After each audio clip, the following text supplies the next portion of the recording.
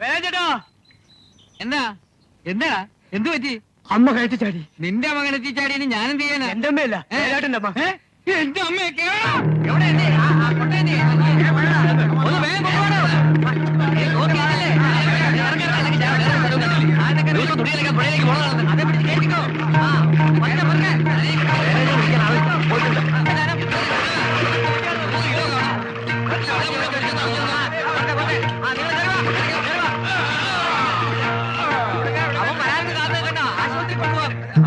വണ്ടി കെട്ടി കൊണ്ടുപോകണം.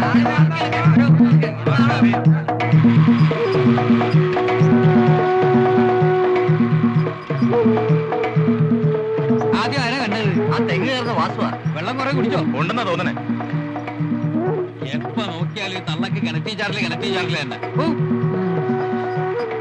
ഇനി ആ കിണറങ്ങോട്ട് മൂടിയേക്കാം. അല്ല പിന്നെ എന്ത് ചെയ്യാനാ?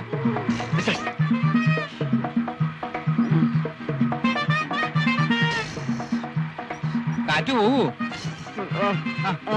കാറ്റ് പോയില്ലേ? വണ്ടി നിർത്താ. വണ്ടി നിർത്താൻ പറ്റൂല. നിന്നോട് നിർത്താനല്ലേ മനസ്സില്ലാന്ന്. എവിടേക്കും തന്നെ കൊണ്ടുപോകാം. ആശുപത്രിയിലേക്കാ നാളത്തല്ലേ? ആശുപത്രി കൊണ്ടുപോകാൻ ഒന്ന് ഒന്നും മിണ്ടായിരിക്കില്ല.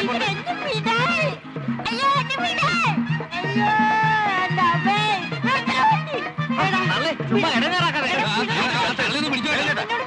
അവിടെ ഒരു കിണറുണ്ട്. ഈ തള്ളയെ കൊണ്ട് ആ തള്ളയൊന്ന് പിടിച്ചു നിർത്തിക്കാൻ. എന്റെ വില ചേട്ടാ ഒന്ന് പറ. അമ്മ എന്തേ കാണിക്കുന്നത്? വണ്ടി കരിക്കേ വണ്ടി കിടന്ന് പറയാൻ അലമ്പുണ്ടാക്കാതെ വണ്ടി കിടന്നുണ്ടോ? ഞാനില്ലടാ ആശുപത്രിയിലേക്ക്. എങ്ങോട്ടാ കൊണ്ടുപോണ്ടേ? എന്നെ കൊടുന്നിടത്ത് കൊടുന്നാക്ക്. കിണറ്റിനകത്തേക്കോ? അല്ലടാ പാതാളത്തിൽ ഏത് യമലോകത്ത് വേണമെങ്കിലും കൊണ്ടുവന്നാക്കാം. നാട്ടുകാരെ കൊണ്ട് പറയിക്കാതെ വണ്ടി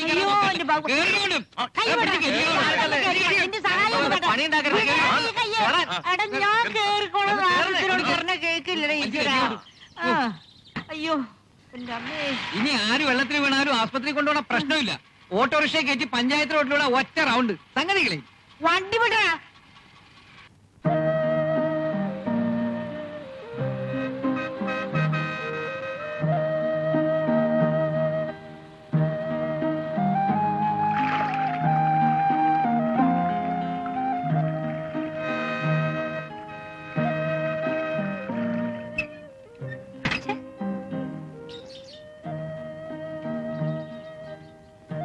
റാണിയുടെ മോളല്ലേ ഇത്? അതല്ലോ. ഇടി പെണ്ണേ, ഇതെവിടെയാ നീ? അമ്മയുടെ വിവരം അറിഞ്ഞു വന്നതാ? അമ്മക്കെന്താ? ആഹാ, അപ്പ അറിഞ്ഞില്ലേ? നാണിത്തള്ള കിരട്ടിച്ചാടി. വേലായൻ ആസ്പത്രിയിലേക്ക് കൊണ്ടുപോയിട്ടുണ്ട്. ആശുപത്രിയിൽ നിന്ന് മടക്കിയെന്ന് തോന്നുന്നു. ആട്ടോറിക്ഷ തിരിച്ചു പോകുന്നത് കണ്ടു. ഞാനും വന്നേനെ, പക്ഷെ ഈയിടെ എനിക്ക് മരണം കാണാൻ വയ്യ. എന്റെ അമ്മേ.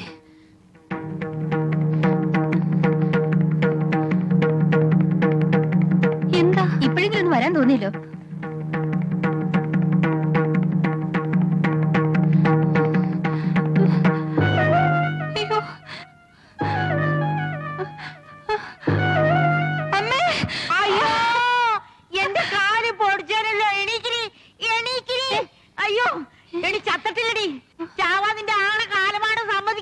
നീ എങ്ങനെ അറിഞ്ഞു? ഞാൻ വന്നിറങ്ങിയപ്പോ ആളുകൾ പറഞ്ഞു.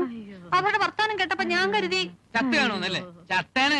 എന്റെ ഭാഗ്യക്കേട് കൊണ്ട് രക്ഷപ്പെട്ടു. എടാ ഇന്നാ ചുക്കിട്ട കട്ടന വലിച്ചു കുടിച്ച് മൂടി പൊതിച്ച് കിടന്നോ. ആ കുളിരൊന്നും ഇറങ്ങട്ടെ. കൊണ്ടുപോണ നീ. നിന്റെ കൈയോണ്ടേ ഒരു തുള്ളി പച്ചവെള്ളം ഞാൻ കുടിക്കില്ല. ഓ, കിണറ്റ് ചേടാൻ മാത്രം ഇപ്പൊ എന്താ ഉണ്ടായേ? അതിന് നമുക്ക് പ്രത്യേകിച്ച് വല്ല കാരണവും വേണോ? വയസ്സുകാലത്ത് ഓരോരോ ഭൂതികള്. അല്ലാണ്ടെന്താ? ദേ പോയിക്കെന്റെ മുമ്പിന്ന് എന്റെ വായിലേക്ക് നീ കേൾക്കണ്ടോ? ഞാൻ പോവുക. ഓട്ടം കളഞ്ഞ് ഇവിടെ പൂരം കണ്ടു എനിക്ക് ഓരോന്നുമില്ല. നിങ്ങൾക്കൊക്കെ ഒന്ന് എഴുന്നേറ്റ് പോയാലെന്താ? സദ്യയൊന്നുമില്ല ഇവിടെ. വാടി ഞാൻ നീ ഇന്ന് പോകുന്നുണ്ടോ? ഇല്ല. എന്നാ ഓട്ടം കഴിഞ്ഞ് വരുമ്പോ കാണാം. ആ. പിന്നെ ഇനി കിണറ്റി ചാടിയ ചിലപ്പോ പൊക്കുന്ന പോലീസുകാരായിരിക്കും. പറഞ്ഞില്ലാന്ന് വേണ്ട, ഒരു ചാട്ടക്കാരത്തി. ഒരു അടി വെച്ചെന്നാലുണ്ടല്ലോ. പോടാ അവിടുന്ന് നീ ചെക്ക. ആദ്യം ഒറ്റടി വെച്ച് നടക്കാൻ നോക്കുകയല്ലേ ബ്രൂസിലി തള്ള. അമ്മ ഈ വയസ്സുകാലത്ത് എന്തിനാ വേണ്ടാത്ത വേലക്കൊക്കെ നിക്കുന്നേ? ചാടിയതല്ലടി, തൊട്ടിപ്പാളെ പിടിക്കാൻ കുരിഞ്ഞപ്പോ കണ്ണു നലിഞ്ഞിട്ട്. പിന്നെ എന്തൊക്കെ ഉണ്ടായെന്ന് എനിക്കൊരു രൂപമില്ല. എന്നിട്ട് നാട്ടുകാർ അങ്ങനെയല്ലല്ലോ പറയുന്നത്. എടി, നാട്ടുകാർക്ക് എന്താണ്ടി പറയാൻ പറ്റാത്തത്? ഒന്നുമില്ലാതെ വെറുതെ അങ്ങനെ പറയോ? ദേ നീ എന്നെ വിസ്തരിക്കാൻ വന്നിരിക്ക. എഴുന്നേറ്റ് പോടി അവിടുന്ന്. അല്ല പിന്നെ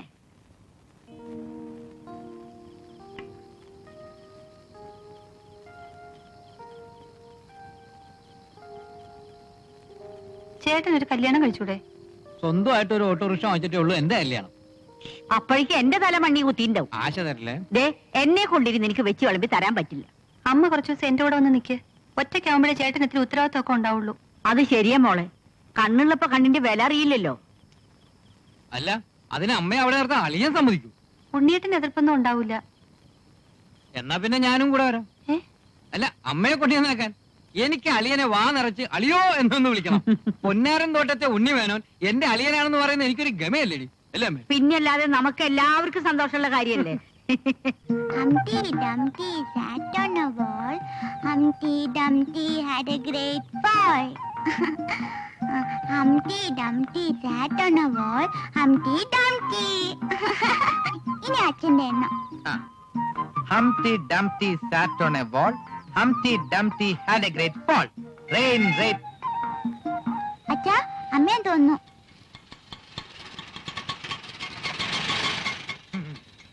അളിയാ,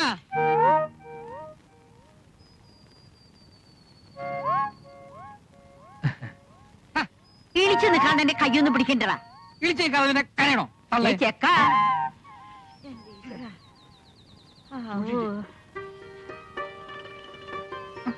വേണ്ട, ഞാൻ എടുത്തോളാം.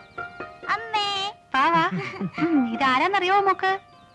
അമ്മമ്മയെ മറന്നോ നീ? നിന്റെ തനി പകർപ്പാ മോള്. അമ്മമ്മയാ? സുഖം തന്നെയല്ലേ ഉണ്ണിമേന്നെ? ഇപ്പൊ എന്തായി? ഉം. ഞാൻ പറഞ്ഞില്ലേ അമ്മ വരുന്നു. ആ അതെ. 3 രൂപയോ? പിടിച്ചേ. എന്താ തമാശ കാണിക്കല്ലേ ആശാനെ? ആശാനോ? ബസ് സ്റ്റാൻഡിൽ നിന്ന് ഇവിടെ വരെ 8 രൂപ ഓട്ടോ. 8 രൂപയോ? ദേ ചെക്കർക്ക് ടിക്കറ്റ് ചെയ്തല്ലേ? ഞാനും ഈ കുടുകുടു ഓടിക്കുന്നത് തന്നെയാ. ഓ, ട്രാക്ടർ ആയിരിക്കും അല്ലേ? വെറുതെ വാദ പിടിക്കാതെ കാശാ പോയി. ബഹായിയോ, ഈ വേലായതിനോട് വേണ്ടാട്ടാ. എന്നാ പിടിച്ച. എന്താ അളിയാ പ്രശ്നം? ഒന്നുമില്ലല്ലോ, ഇവിടുത്തെ ഓട്ടോ ചാർജ് ഭയങ്കര കത്തിയാ. ഇതിൽ ന്യായമായിട്ട് കൊടുത്ത് പറഞ്ഞു വിട്. എന്നാ 1 രൂപയുണ്ട്. ഓ അല്ല, തെറ്റി അല്ലേ അളിയാ? ഇവിടെ ഓട്ടോ ചാർജ് മാത്രമല്ല, എല്ലാം കത്തിയാ.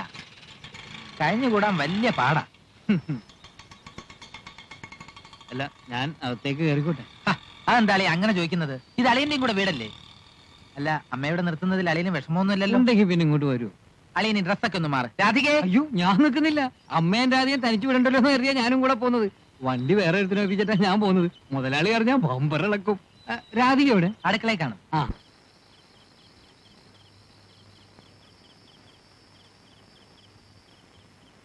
പലചരക്ക് 800. ഇല്ല, ഇനി 800 വരില്ല. 650. വാടക 500. പാല് 186. Bus fare Unnikrishna Menon plus Radhika 108. School fees including bus fare Preethimon. മഹാക്കെന്താ, എനിക്ക് കണ്ടൂടാ. ഇന്ന് കൂട്ടലും കഴിക്കൽ ഇത്തിരി കൂടുതലാണല്ലോ. വല്ല മെച്ചം ഉണ്ടാവോ? മിച്ചം ഉണ്ടാവും. എങ്ങനെ ആയാലും മാളു അമ്മയുടെ ശമ്പളം നെട്ടനെ കട്ടായല്ലോ. അവര് പോയത് കൊണ്ട് തന്നെ പലചരക്ക് വകയിൽ ഒരു 150 രൂപയെങ്കിലും മിനിമം കുറയും. പിന്നെ തന്റെ അമ്മ ബിസ്ക്കറ്റും പാൽപ്പൊടിയൊന്നും കഴിക്കുന്ന കൂട്ടത്തിലല്ലോ. ആവോ, എനിക്കറിഞ്ഞൂടാ. കഴിക്കാൻ വഴിയില്ല. പുള്ളിക്കാരത്തി കഞ്ഞി വെള്ളമാ പ്രിയം. എനിക്കറിയാം. വീട്ടിൽ അലക്കാൻ വരുമ്പോ എന്റെ അമ്മയുടെ അടുത്ത് നിന്ന് ഒരു വലിയ ചരുവ നിറച്ച് കഞ്ഞിവെള്ളം വാങ്ങി കഴിക്കണത് ഞാൻ കണ്ടിട്ടുണ്ട്. ചരുവത്തി കുടിക്കാൻ എന്റെ അമ്മ എന്താ പശുവാ? ചരുവെന്ന് പറഞ്ഞുകൊണ്ട് ഒരു വലിയ പാത്രമേ ഞാൻ ഉദ്ദേശിച്ചുള്ളൂ. എങ്ങനെ ആയിരുന്നാലും അടുത്ത മാസം മുതൽ ഒരു 300 രൂപയെങ്കിലും മിച്ചം ഉണ്ടാവുന്ന എന്റെ കാൽക്കുലേഷൻ. പിന്നെ അധികം താമസിയാതെ എനിക്കൊരു പ്രൊമോഷനുള്ള സാധ്യതയുണ്ട്.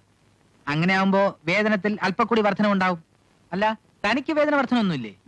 വേതനമല്ല, വേദനയാ വർധനവ്.